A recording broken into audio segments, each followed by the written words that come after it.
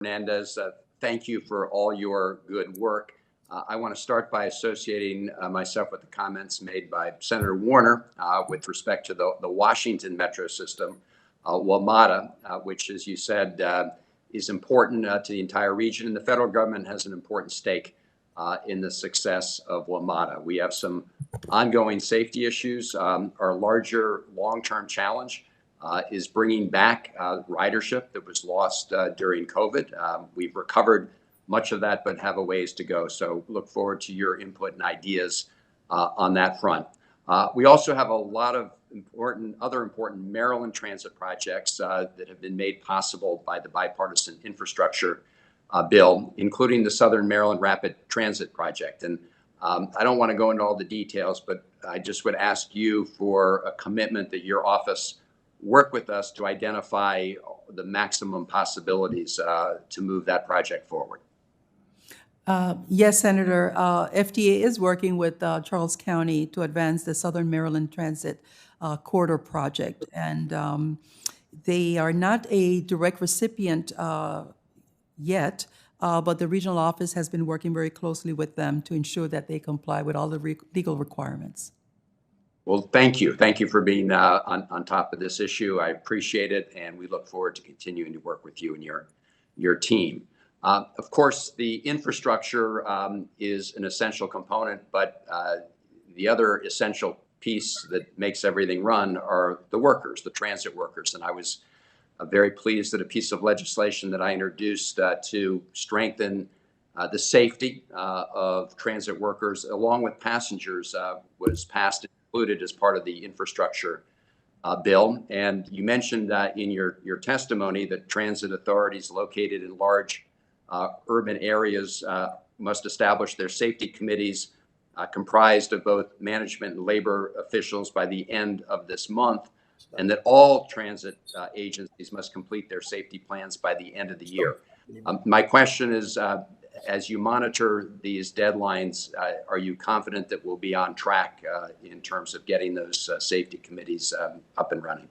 My expectation is that all transit agencies are on track to get that up and running, Senator. When the legislation, when the bipartisan infrastructure law was enacted in November of last year, it was effective immediately. And the transit agencies all understood, based on additional information that was put out by my office, what was required of them. And those that had existing safety committees, they made sure that there was equal representation. Those that had to create those safety committees have had ample time to do so. I think that the additional timing that has been allowed through July 31st from the November 15th enactment is adequate for them to make the changes, the requisite changes that are necessary in order to update their public safety transportation agency safety plans by the end of this year.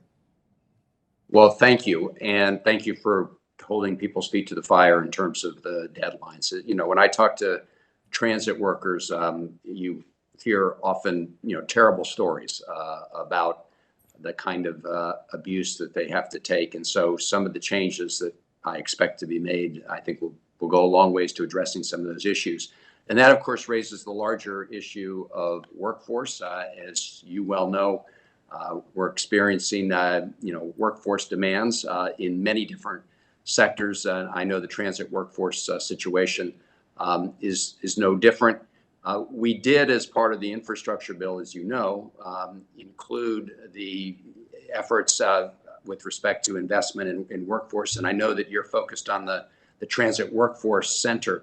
Could you just speak briefly about your vision for the program and how the funding is flowing for those purposes?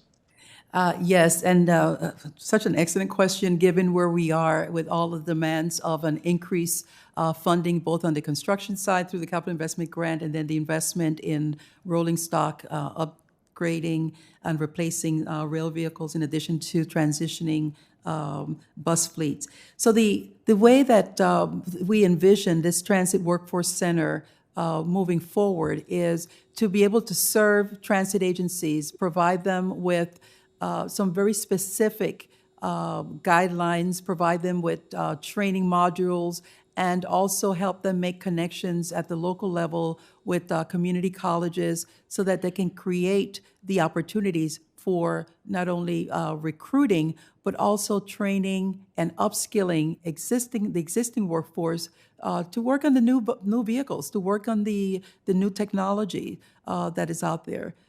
We, like all other industries, are in competition for talent and for individuals who want to become, whether it's a bus operator, rail conductor, or a maintenance frontline worker, and therefore looking at beyond just the industry and connecting with high schools, and that's one of the other areas that they're going to be, the Transit Workforce Center will assist with, is connecting with local schools in addition to labor shops so that the apprenticeship programs can be developed and those that are already existing can be open and made available so that that pipeline can continue to grow. And we do see attrition in the industry, and we want to make sure that there's sufficient pipeline to backfill that attrition.